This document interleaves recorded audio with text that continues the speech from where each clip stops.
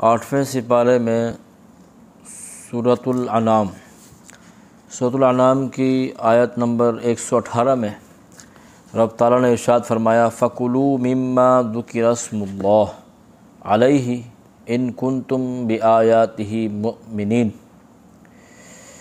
اگر تم اللہ کی آیتوں پر ایمان رکھتے ہو تو اس ذبیحے سے کھاؤ جس پر اللہ کا نام لیا گیا ہے۔ اس آیت کا شان نزول یہ ہے، حضرت عبداللہ بن عباس رضی اللہ تعالیٰ عنہما بیان کرتے ہیں کہ نبی کریم صلی اللہ علیہ وسلم کے پاس کچھ لوگ آن کر کہنے لگے یا رسول اللہ، کیا ہم اس کو کھا لیں جس کو ہم نے قتل کیا ہے اور اس کو نہ کھائیں جس کو اللہ نے قتل کیا ہے؟ یعنی کہ جس چیز کو ہم ذبح کرتے ہیں وہ کھا لیں اور جس کو اللہ مار دے، جس کو مردار کہتے ہیں، اس کو نہ کھائیں۔ تب اللہ تعالیٰ نے یہ آیت نازل فرمائی، یعنی جس ذبیحے پر اللہ کا نام بسم اللہ اللہ اکبر کہہ کر ذبح کیا جائے وہ بالکل حلال ہے، اسے کھایا جائے گا۔ اس وقت اللہ نے یہ پیغام دیا ہے، تو یہاں سے اس بات کو بھی سمجھتے جائیں، اگر بسم اللہ اللہ اکبر کہہ کر ذبح کیا جائے اور پھر اس پر فاتحہ کیا جائے، نیاز دی جائے، پھر اس پر بھی کچھ لوگ اعتراض کرتے ہیں۔ اعتراض نہیں کرنا چاہیے، بلکہ اسے بھی آپ کھا سکتے ہیں۔ اسی طریقے سے قربانی کے دن جانور آتے ہیں تو پوچھا جائے کہ کس کا جانور ہے؟ فلاں کا جانور ہے، فلاں کا نام لیا جاتا ہے، لیکن ذبح کے وقت بسم اللہ اللہ اکبر کہا، 7 نام سے اس کی دعا بھی کی جاتی ہے۔ اس وقت کوئی کچھ نہیں کہتا کہ بھئی یہاں پر کیا ہو رہا ہے، لیکن جب آپ غوث پاک کا، خواجہ صاحب کا یا کسی بھی ولی کے نام سے آپ اس کے نیاز کے لیے لائیں گے، فاتحہ وغیرہ کریں گے، تو اس حوالے سے لوگوں کو کچھ فتوے نظر آتے ہیں اور خواہ مخواہ عوام کو پریشان کرتے ہیں۔ اس کے بعد سورۃ الانعام کی آیت نمبر 124، اس میں بہت بڑا پیغام ہے، اللہ اعلم حیث یجعل رسالتہ، اللہ ہی خوب جانتا ہے کہ کس جگہ اپنی رسالت کو رکھے، یعنی کہ اللہ تبارک و تعالیٰ ہی زیادہ جانتا ہے کس کو نبوت عطا فرمائے۔ تو اس لیے اللہ تبارک و تعالیٰ نے چاہا کہ آخر نبی کو بھیج دے، اللہ نے بھیج دیا۔ کم و بیش 1,24,000 انبیاء آئے اور یک کے بعد دیگرے نبی آتے گئے، اور پھر اللہ تبارک و تعالیٰ نے جب محمد مصطفیٰ صلی اللہ علیہ وسلم کو بھیجا، آپ اللہ کے آخری نبی تھے، تو آپ کے بعد قیامت تک کوئی نبی نہیں آئے گا۔ اب اسی لیے نبیوں والا کام اللہ نے پھر علماء کو دیا۔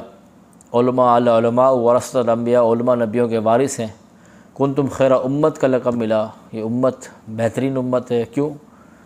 تأمرون بالمعروف وتنہون عن المنکر، نیکی کی دعوت دیتی ہے اور برائی سے روکتے ہیں۔ یہ کام جو نبیوں والا کام تھا وہ امت کر رہی ہے، اور اس عمل کو کرتے ہوئے اپنے آپ کو اس مقام تک لے جا رہی ہے۔ اس کے بعد سورۃ الاعراف، سورہ انعام کے بعد سورۃ الاعراف کا ذکر ہے۔ سورۃ الاعراف مکی صورتوں میں سب سے بڑی صورت ہے سورۃ الاعراف، اور ترتیب کے اعتبار سے 7ویں نمبر پر ہے۔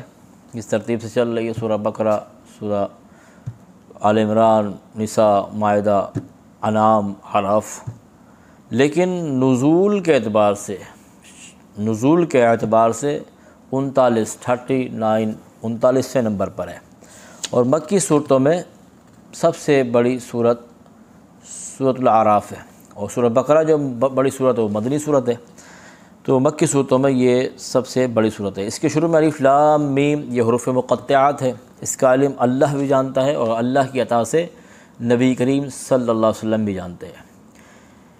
یہ اہل سنت و جماعت کا عقیدہ ہے۔ اس میں اللہ کی شان بیان کی جاتی ہے اور نبی کی شان ہے اسی بات میں۔ بعض لوگ سمجھتے نہیں صرف اللہ جانتا ہے، اس میں اللہ کی شان ہوگی، لیکن اس میں علمی نقطہ علماء کہتے ہیں اگر صرف اللہ جانتا ہے، الف لام میم صاد ہو گیا، حامیم ہو گیا، یاسین ہو گیا، حروف مقطعات ہو گئے، اور کوئی نہیں جانتا، تو یہ کلام جو ہے لغو ہو جائے گا۔ اللہ بھی نہ جانے، نبی بھی نہ، اللہ کے بتانے سے اللہ تعالیٰ نے وحی نازل فرمائی، پیغام بھیجا، اور نہ جبرائیل علیہ السلام کو معلوم تھا، نہ نبی کو معلوم ہوا، نہ امت کو معلوم ہوا، تو اس کا مقصد کیا ہوا؟ تو اس لیے ہم اور آپ بھی اگر کلام کریں وہ کلام بیکار ہو، لغو ہو، تو یہ عیب ہے۔ تو اللہ کے لیے بھی اس طرح سے نہیں سوچنا چاہیے، بلکہ یہ پیغام ہے کہ اللہ تبارک و تعالی جانتا ہے، وہ اللہ کی اطاعت سے نبی کریم صلی اللہ علیہ وسلم بھی اس طرح کے جو حروف مقطعات آتے ہیں ان کا علم رکھتے ہیں۔ اس کے بعد سورۃ الاعراف میں اس واقعے کا بھی ذکر ہے کہ حضرت آدم علیہ السلام کے بارے میں جب اللہ تبارک و تعالی نے فرمایا وَلَقَدْ خَلَقْنَاكُمْ ثُمَّ صَوَّرْنَاكُمْ ثُمَّ قُلْنَا لِلْمَلَائِكَةِ اسْجُدُوا لِآدَمَ، اور ہم نے کہا ہم نے تم کو پیدا کیا، پھر تمہاری صورت بنائی، پھر ہم نے فرشتوں سے کہا آدم کو سجدہ کرو، فَسَجَدُوا إِلَّا إِبْلِيسَ، سب کے سب سجدے میں گر گئے سوائے ابلیس کے، لم یکن من الساجدین، وہ سجدہ کرنے والوں میں شامل نہ ہوا۔ قال ما منعک اللہ تسجد اذ امرتک، اللہ نے فرمایا تجھ کو سجدہ کرنے سے کس چیز نے منع کیا جبکہ میں نے تجھے حکم دیا تھا۔ اللہ نے جب پوچھا شیطان سے تجھے کس چیز نے روک لیا اس بات کو جبکہ اللہ کا حکم آیا؟ شیطان کہتا ہے قال انا خیر من، میں بہتر ہوں اس سے، خلقتنی من نار وخلقتہ من طین، تو نے مجھ کو آگ سے پیدا کیا ہے اور اسے مٹی سے پیدا کیا ہے۔ قال فاہبط منها فما یکون لک ان تتکبر فیہا فاخرج انک من الصاغرین، فرمایا اللہ تعالیٰ نے تو یہاں سے اتر جا، تجھے یہاں گھمنڈ کرنے کا کوئی حق نہیں ہے، سو نکل جا، بے شک تو ذلیل ہونے والوں میں سے ہے۔ اسے جنت سے نکال دیا گیا۔ قال انظرنی الی یوم یبعثون، اس نے کہا مجھے اس دن تک مہلت دی جائے جس دن سب لوگوں کو اٹھایا جائے گا۔ اب وہ مہلت مانگ رہا ہے۔ قال انک من المنظرین، فرمایا بے شک تو مہلت پانے والوں میں سے ہے۔ پھر کیا کہا اس نے؟ شیطان نے کہا قال فبما اغویتنی لاقعدن لہم صراطک المستقیم، اس نے کہا قسم اس بات کی تو نے مجھے گمراہ کیا ہے تو میں بھی تیرے صراط مستقیم پر ضرور لوگوں کی گھات میں بیٹھا رہوں گا۔ اب وہ آدم علیہ السلام کی وجہ کر مردود ہو گیا، اپنے آپ کو کہتا ہے کہ پھر میں آدم کا دشمن بن گیا۔ پھر آگے فرمایا ثم لآتینہم من بین ایدیہم ومن خلفہم وعن ایمانہم وعن شمائلہم ولا تجد اکثرہم شاکرین، میں پھر لوگوں کو بہکانے کے لیے ضرور ان کے سامنے سے، ان کے پیچھے سے، ان کے دائیں بائیں سے آؤں گا، اور تو اکثر لوگوں کو شکر گزار نہیں پائے گا۔ اب وہ شیطان اپنی باتیں کہنے لگا میں اس طرح سے لوگوں کو بہکاؤں گا۔ قال فاخرج منها مذموما مدحورا، فرمایا یہاں سے ذلیل اور دھتکارا ہوا نکل جا۔